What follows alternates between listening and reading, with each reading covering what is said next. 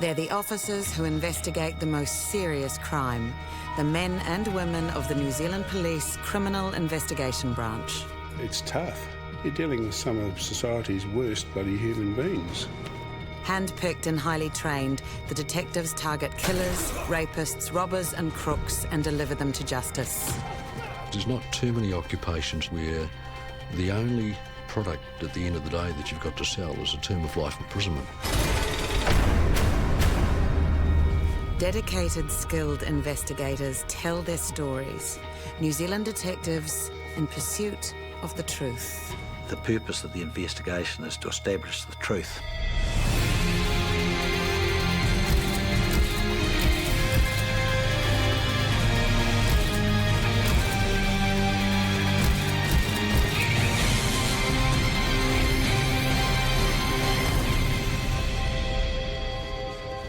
Every night on the TV news, we're bombarded with images of crime, but we only hear some of the story. What really happens on the other side of that crime scene tape? The detectives of the CIB can call on the latest technology and techniques, but to be a good detective, you must first learn to talk and learn to listen. The biggest tool anyone will ever say a detective has is ability to talk to people and encourage people to share truths. To be able to converse on many levels, from talking to a bank manager to talking to a drug addict. To get a rapport with people, to have them tell you things that in some times they've never told anybody else. That's what comes up time and time in inquiry. And if you don't ask, you don't find. Good communication proved crucial in a 2006 murder mystery, starting with talking to the media. He has had his hands severed from his body, and I suspect there may have been also an attempt to sever his head. The hands had been severed off. So our traditional method of fingerprinting to identify a body in this condition wasn't immediately available to us. Detective Inspector Mike Arnerich knows that every crime scene tells a tale.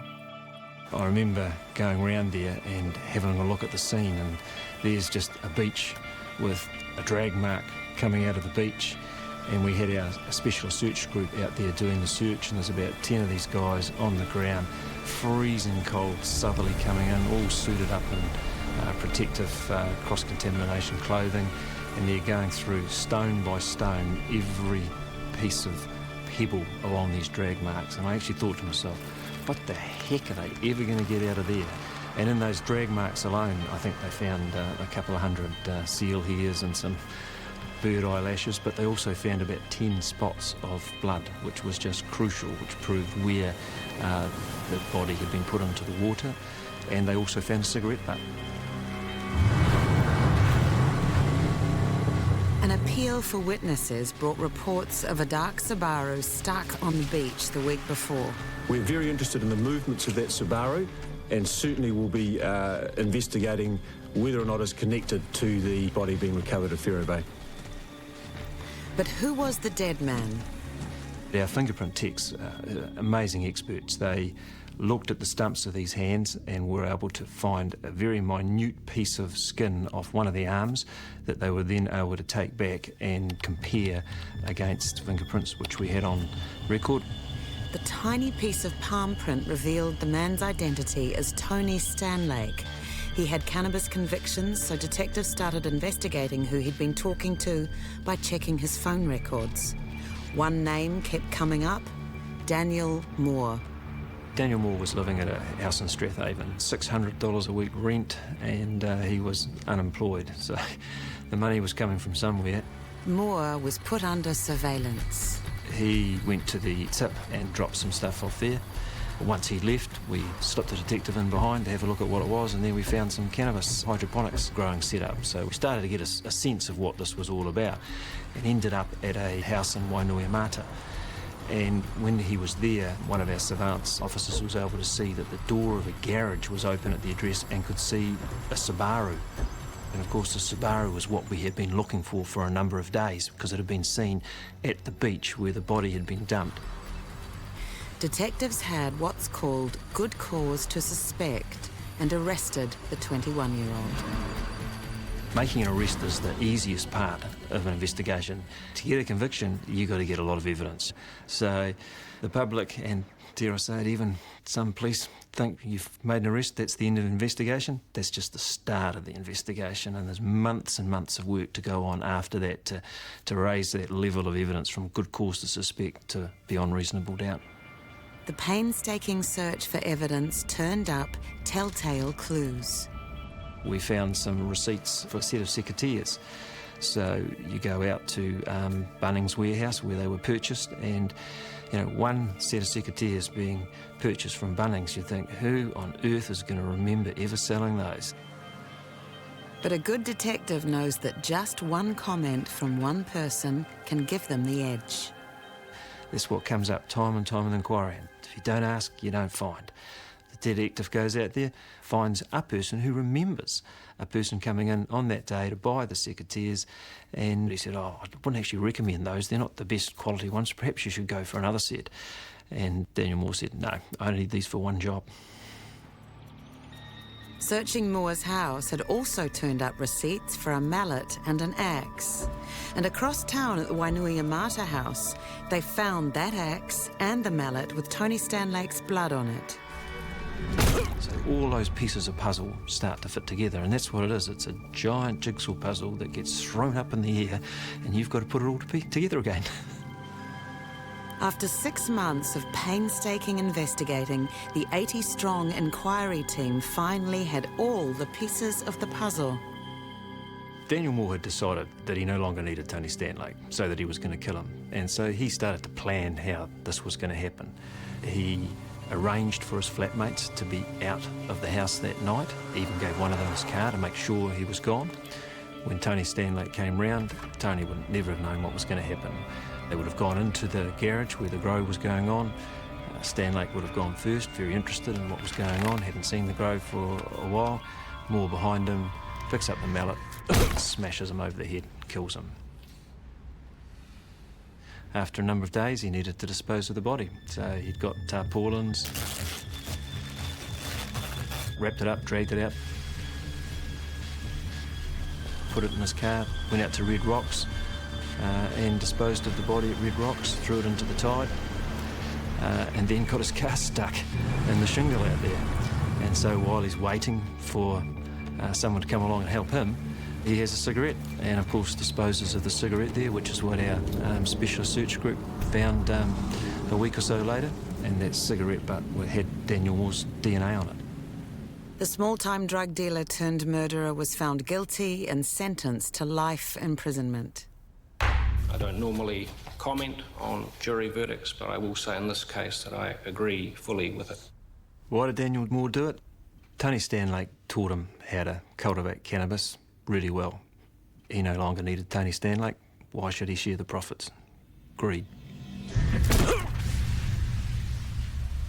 In the course of the investigation, of course, when there's a homicide, a post-mortem takes place, and investigators are there to look at the body, and what they can tell us in their state of death about how they died and what went on at the crime scene is them giving evidence in their own court case. A body in a river would tell a tale of mystery for detectives investigating a suspected murder in 1983. The body had these red dotted lines, injuries around the neck and on the stomach, and we just couldn't for the life of us work out what they were or what had caused them. They looked as though he may have been whipped with a chain or bound up with barbed wire, and nobody could really understand what they were. Because we didn't know who this person was, we fingerprinted the body and discovered that he was known to the police, had a minor conviction, and his name was Harkin. So once we learned his identity, then we started tracing his movements. Routine inquiries provided a crucial lead when detectives spoke to someone who'd seen a person fitting Harkin's description at a nearby burger bar the night before. The staff there said, yes, he was here with a woman. And in fact, he gave us a $20 cheque. And the hamburger was worth $1.50. And we gave him $18.50 change. And we've still got the cheque and the banking. Here's the cheque. The pieces of the puzzle were falling into place, but the biggest surprises were still to come. A violent death had left few clues for detectives. Talking to people in the area helped fill in the blanks and led the detectives to a nearby block of flats. Hey, what the fuck? We executed search warrants early in the morning, and lo and behold, we found some of the deceased's property, like the checkbook, a wallet, a watch. The trio at the flat had some explaining to do. The young fellow I interviewed was a young fellow called Manahira. We followed them to the burger bar. He came from a small township about 40 miles outside of Rotorua, had never ever spoken to a policeman before he spoke to me. And during the course of that day, over an interview that probably took something like about 5 or 6 hours, he unfolded the story about how he and his 2 colleagues had murdered Mark Harkin for the money that he had. Harkin had been drinking in the Hutt Park Hotel when the girl chatted him up and lured him outside with the intention of robbing him. When the girl got him outside, she discovered he had no money, that he'd spent all his money. So she conned him into going to the hamburger bar, cashing a cheque for $20. She took him down the riverbank behind a warehouse where the 2 guys were. In the attack, Harkin was strangled and killed. Get the fucking cash for it. Let's go. Let's go. Let's chuck him in the river. Okay.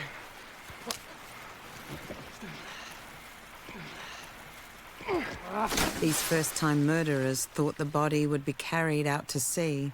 What they couldn't see at night time is that Harkin's leg had been jammed in some railings underneath the surface of the water. And so he wasn't floating away and he wasn't going anywhere.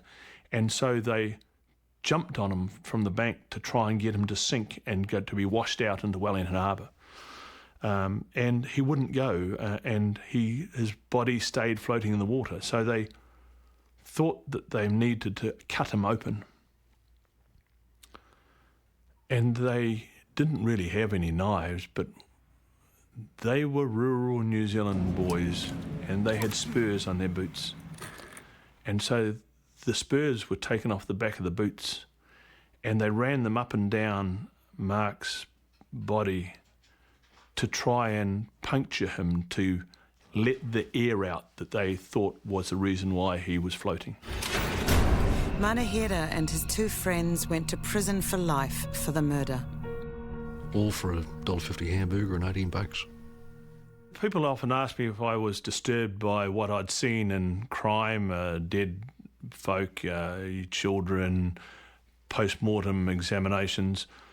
None of that ever impacted upon me at all, but the Harkin homicide was the only one where I had nightmares, and I had nightmares over the young boy Manahira telling me about how the murder occurred. And it was based around the fact that it was a Sunday in Petone when we were conducting the interview, so I sent away these police officers to get us some food to eat, and all they could find were these stale mince pies that had been in a warmer in some dairy for days and days and days. And so we sat there and ate these little mince pies and talked about murdering this man. And I had these horrific nightmares about eating food and seeing people floating in the river. And whenever I saw the person floating in the river, I was always eating these awful mince pies.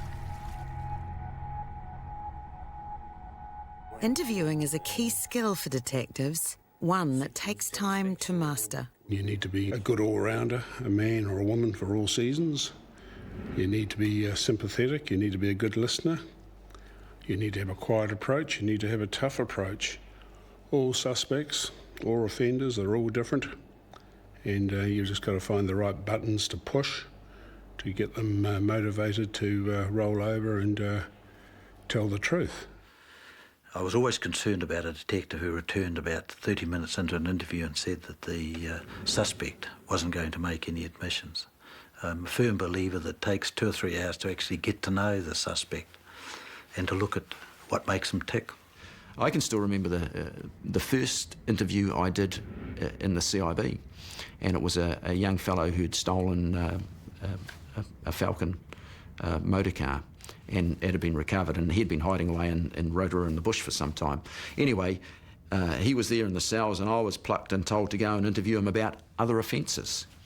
So away I went, 5 minutes in the CIB after my induction course, and thought, righto, well, what do I do? So I went in and said to him, "G'day, this is who I am, who are you?" Talked to him briefly, and he said, "No, haven't done anything else, that's it." So I went out and said to my detective sergeant, well, no, he said he hasn't done any more. So I was told to get back in there and talk to him and don't come out until you know some more. So I went, in fact, I actually ended up speaking to that fellow over the course of 2 days for hours and hours and hours, and he coughed to 100-odd unlawful takings. So, but I didn't know how to go about it. Sometimes an unorthodox approach to interviewing is the only way to get a result. Dave Whitford recalls interviewing the head of the mongrel mob about an alleged gang rape. I tried to talk to him, and I tried to use all the different tactics and openings and styles that I thought would work, to no avail. And he just sat there and would not say a word. So I thought, right, last resort. I pulled out a brand new notebook, wrote his name down, time, date and place, issued him the full caution, and I put Q for question. I asked the question and then wrote it down. I then put A, and your answer is? Stony silence. And so I would then write an answer out. And as I'm writing the answer out, I'd read it out. And offered her a ride. I literally filled my notebook with questions and answers, with him sitting on the in the room, and he hadn't said a word. Question. For probably 2 hours. But I could see that he is starting to get agitated. I decided to get into her pants. And all of a sudden, he just blurted out, "It's not what happened." And I said, great, wonderful. Now's your opportunity. If that's not what happened, you tell me what did happen. And so he started talking. And as a result of that, I took a statement, and all of his other mates were being very staunch, and so we then circulated that statement round to all the other interviewing officers, and so they all crumbled at the end of the day as a result of me finally getting the breakthrough with this fellow. And he looked at me, he said, were you going to stand up and give that evidence in court? And I said, you'll never know, will you? And I put the notebook away and I destroyed it later on, but he'll never know, and I wasn't going to give him the benefit of an answer. I interviewed a guy once, just as the New Zealand Bill of Rights are coming in.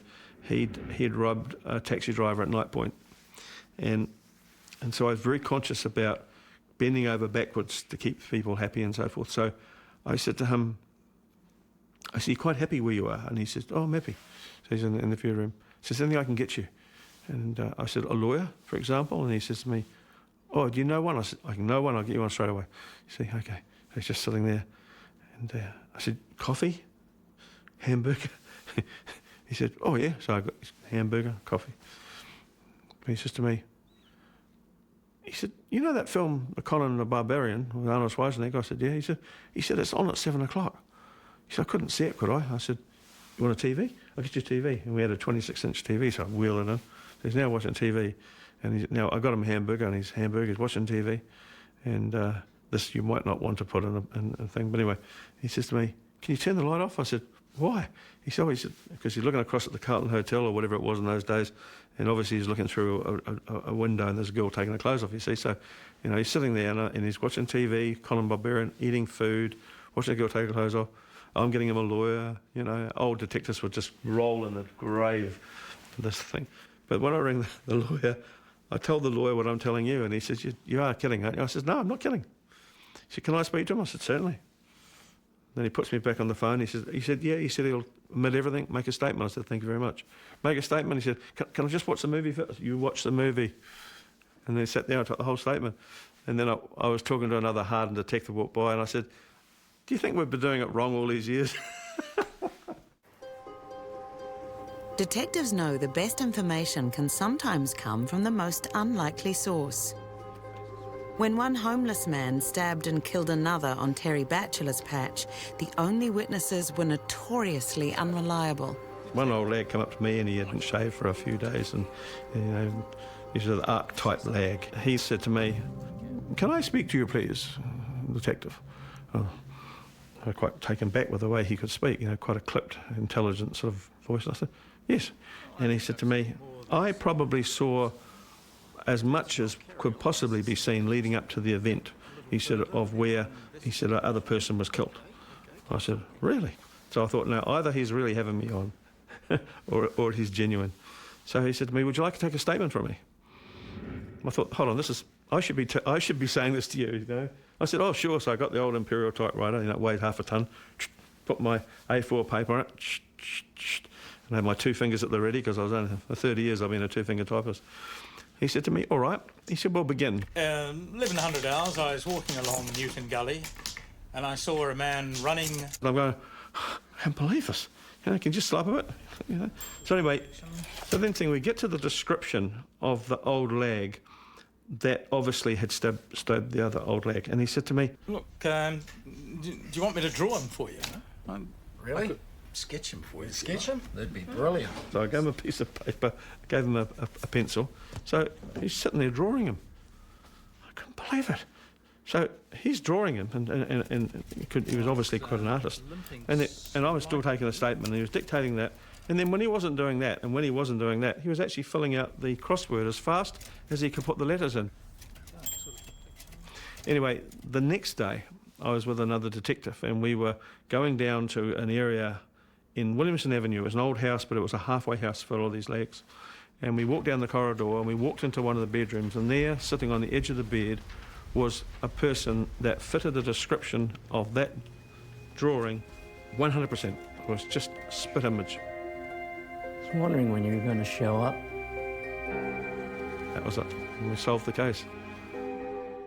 I remember one person that I dealt with, and I arrested him for burglary, and then I think I arrested him for a couple more offences. It's going to start being a bit of a habit of yours, is it?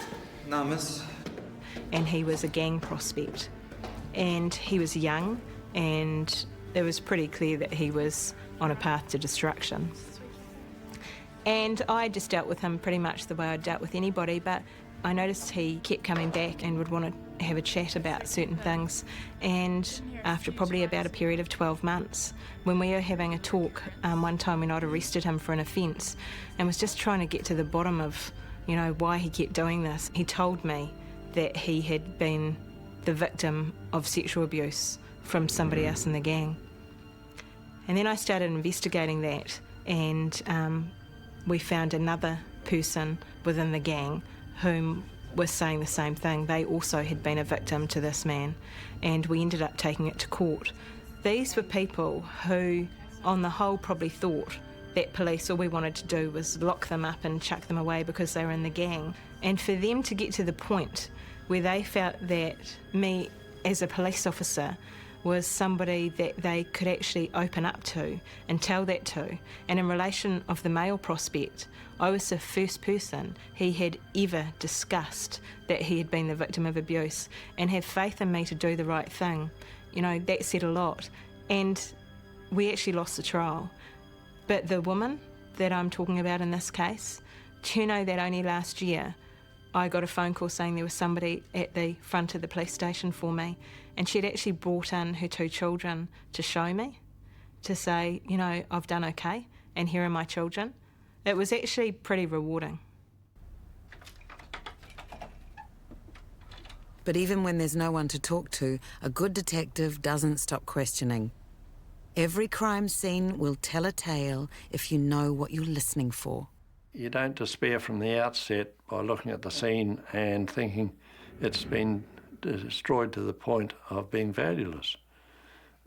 Even just a person walking across a bare floor is going to leave some sign of their passing. Bob Meikle was called to an arson scene where a man had been killed. Detectives suspected the man's older brother, but it seemed any evidence in the house had been destroyed. The house had been quite severely damaged, and at first glance you'd think, well, what the devil can we get out of that? You know, water damage, fire damage, and then the efforts of the fire brigade in extinguishing the fire. Amongst the ashes, the detectives found a torch.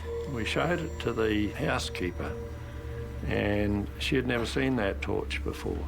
So it was reasonable to assume that that was brought to the scene by the offender.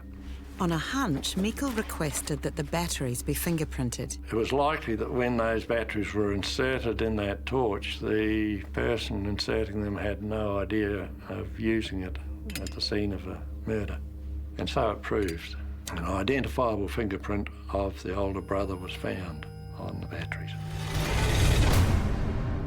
Old school detectives knew that to catch the bad guys, they needed to get close to them, even if it meant drinking with the enemy. It used to be a game of cops and robbers. It was the baddies and the goodies. Your job was to catch them. Their job was to commit crime. And there was nothing personal about it. CIB members knew all of the crims in Christchurch.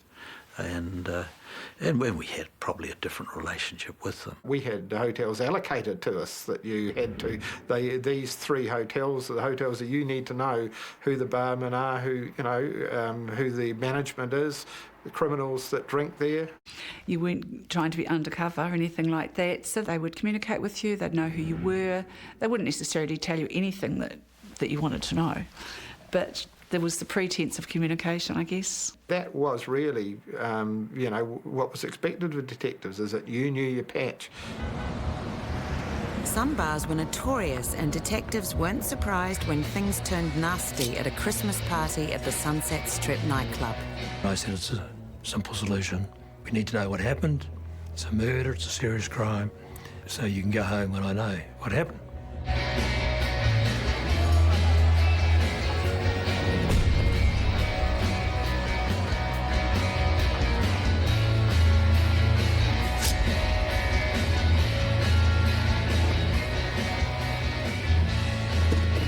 One of the biggest challenges for detectives is trying to get the truth out of those who don't want to talk, like the guests at a Christmas party for crooks. I was home and the phone would have gone at around about 4 o'clock in the morning. A report of a stabbing in a nightclub.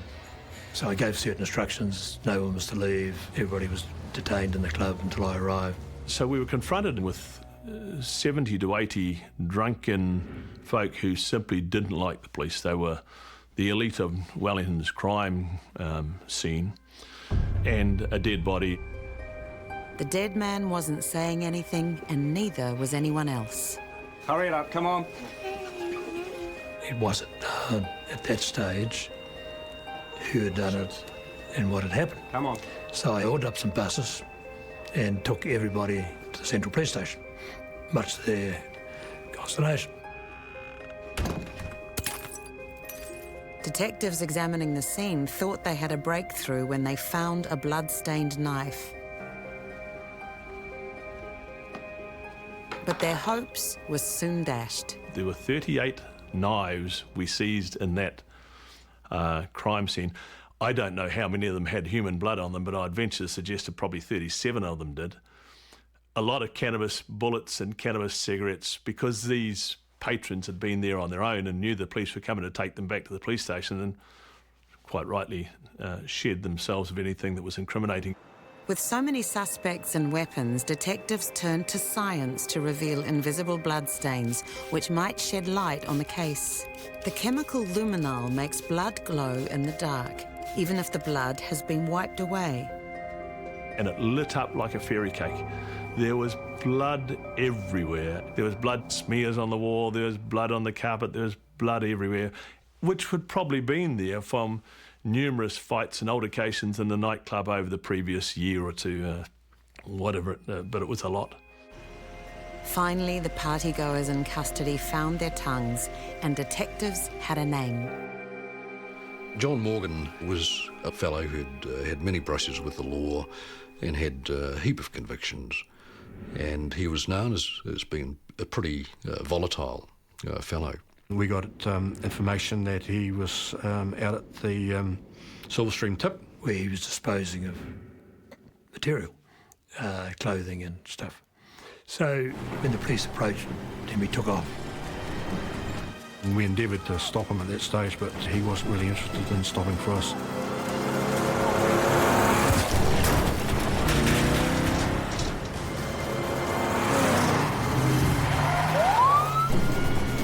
He went on this rampaging drive, crashing through barriers and police cars, and no matter what we tried to do to stop him, he fooled us every time.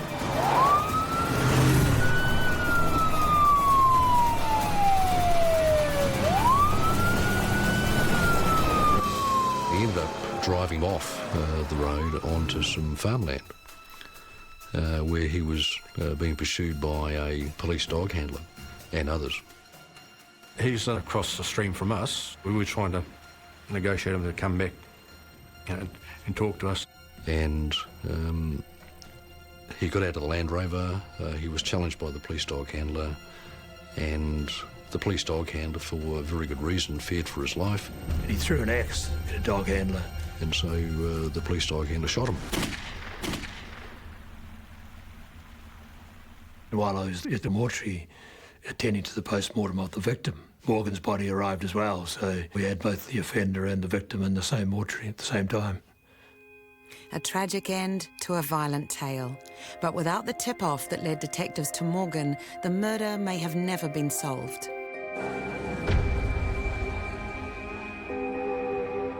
Informants have long been a powerful tool in the work of the detectives. Without informants, the police couldn't exist.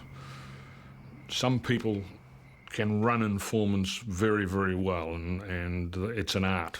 One evening, I received a call from an informant to tell me that an armed hold-up on a service station that had been committed earlier in the evening was committed by 3 people that she named. And so I phoned the duty inspector who was working at the time and told him that the names of the offenders. And he went away and came back and he said, "Look, your informant's wrong on this occasion." He said, "There's been no armed hold-up." So he hung up and within minutes phoned back and said, "Give us the name of those people. The offence has just happened." The best informer I operated in my police career had some information that he thought might assist. And we came to an agreement that he would give it to me for a small financial return. It was incredibly small. And in fact, over 20 years of working for me as an informer, he would have been paid a pittance. I don't think it would amount to $10,000 in total. And yet he solved homicide investigations and murders and all sorts of crimes. Informants can be a detective's eyes and ears in the criminal scene, but another all-seeing eye is all around us every day and can provide crucial evidence. When a suitcase floating in Auckland Harbour was found to contain the body of a young Chinese man, detectives were at a loss to identify the victim of this grisly crime.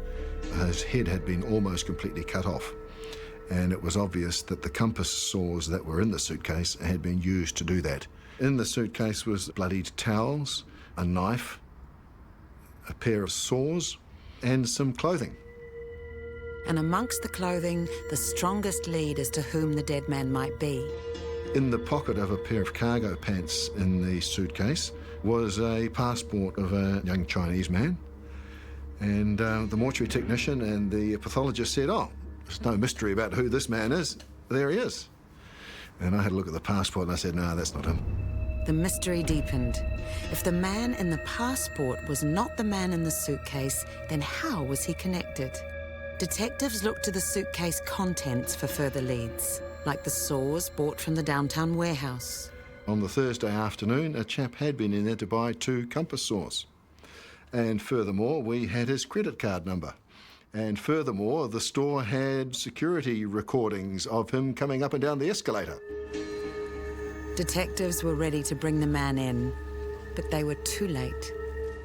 We discovered that on the Friday afternoon, the person that the credit card had been issued to had left New Zealand for Australia. Soon after, a Chinese national living in Auckland contacted police at the request of his friends in China. Their son had phoned from Auckland the previous night, highly distressed, saying he'd been kidnapped.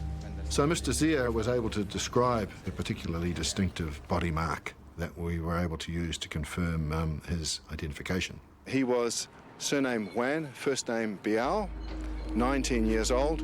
He was a student. Another piece of the puzzle fell into place when detectives located the man whose passport was found in the suitcase. We were able to view security camera recordings for that building and were able to identify the passport holder and the man who had bought the compass saws entering and leaving that apartment at various times. The tales told by video surveillance would paint a damning picture of a callous murder. When the mutilated body of a Chinese man was found in a suitcase in Auckland Harbour, it didn't take detectives long to pick up the trail of the men responsible. One of them had left his passport in the suitcase, along with bloody towels from an inner-city hotel, where detectives found telltale signs of a violent assault.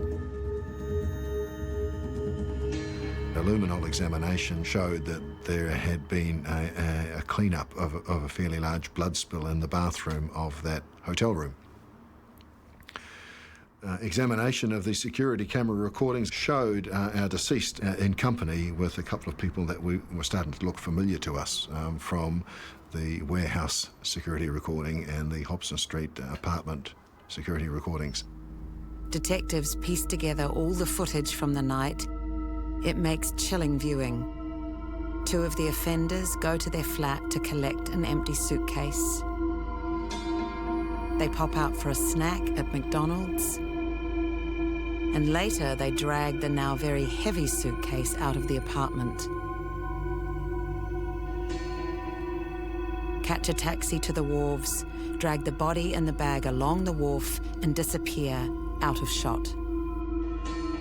They then stroll back with no suitcase. Detectives now had enough to bring in the suspects. The owner of the passport, Mr. Li Zheng, was pretty cool during his interview until he was asked where his passport was, and he started telling us it was back at the apartment at Hobson Street, and then the detective showed him the passport and he just went quite quiet and white and asked for a lawyer and availed himself of his right to silence from there on. The man in Australia was arrested and extradited and all went to prison for the crime. Refusing to talk to detectives doesn't help when a picture paints 1,000 words. An investigator's gift of the gab could do more than solve a case. It could well save a life, as detectives would discover during a case that started with a missing person. She was last seen within about 200 yards of her home. She was leaning in the left-hand window of a car door in the main street of Waimate, talking to a driver. One of the residents there approached the police several times with tidbits of information. He couldn't identify the vehicle, he couldn't relate the make, manufacturer, he couldn't relate the colour. But the one thing that stuck in his mind about that vehicle was that the left-hand headlamp was yellow. You couldn't shake him on that point. Some days later, one of the detectives was returning back to the office and passed a car with that description. He turned around and we brought the suspect in. He was interviewed at some length by another detective and myself. Denied any involvement whatsoever. The farmer was a prime suspect, but detectives decided to let him return home, with Neville Stokes sticking close to him until the police search team arrived at dawn. I was somewhat amazed when he arrived home that he announced that he was going to bring the sheep in from the rear of the property into the yards. I tried to talk him out of this, but was unable to. He wasn't under arrest, so I said that I'd accompany him. He said that there was no four-wheel drive and it wouldn't be possible. He only had one horse. I noticed that there was, in fact, another horse there and suggested to him that I would ride the other horse. And he said, well, that wasn't really possible because the horse had been turned out, not used for some time, would be very flighty, and that in any event he didn't have a second saddle. By this time, of course, I was absolutely convinced that he was up to no good. Fortunately, I was from a country background and had some experience with horses, and I said that I would ride the other horse despite that. Got a sore backside riding this horse all around his property for several hours. When we arrived back, I started to help him draft the sheep.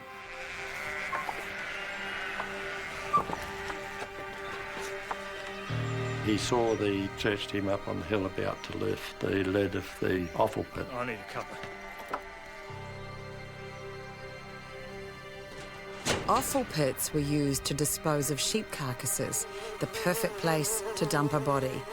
I was relieved by Pat O'Donovan, who took my place.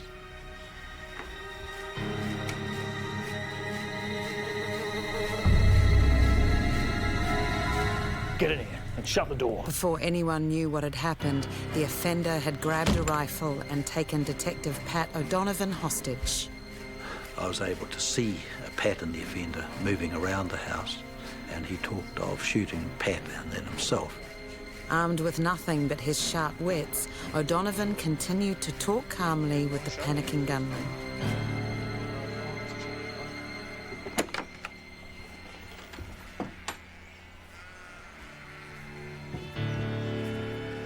Pat came out with the offender. Pat actually, while the man held a firearm, took a written statement in his notebook admitting the rape, the murder and the disposal of the body, etc. And I recall saying to Pat that at least this will be one occasion, Pat, where the defence can't allege that the statement was taken under police duress. Understanding what made the offender tick, knowing how to talk and listen to him had secured the conviction and saved O'Donovan's life. But for detectives skilled in communication, the hardest part can be not talking about their cases. What went on in an inquiry didn't get discussed around the table at home. There was a point in our house, and I think it was a point, a procedure adopted by most detectives. What went on and what you were doing at work never went home. My family never knew what I was engaged in. Some of the particular gruesome detail you don't want to discuss with your family. I mean, I have in the past, and I've been sort of told off because it's not something that normal cops, partners want to hear all the time. I don't bring it home. I don't focus on the tragedy of it because I can't afford to do that. I can't afford to be a blithering mess at a briefing in the morning because it does no one any good. Does the victim no good? Does the family no good? Certainly doesn't do the staff any good. So you compartmentalise it, I suppose. I probably am resilient, but I'd be lying to you if I said that an odd case now and then that I don't go home and cry in the shower. You used to come home in the middle of the night, particularly involving homicides with young children, and even go into your room with your kids and buddies, see that they're safe, and even sit there on the end of the bed.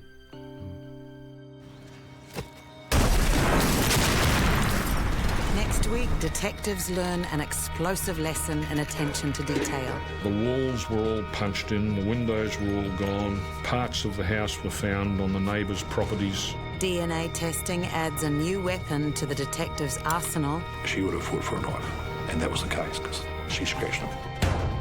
And piecing together the puzzle after a vicious assault. The injuries were incredible and they were never survivable.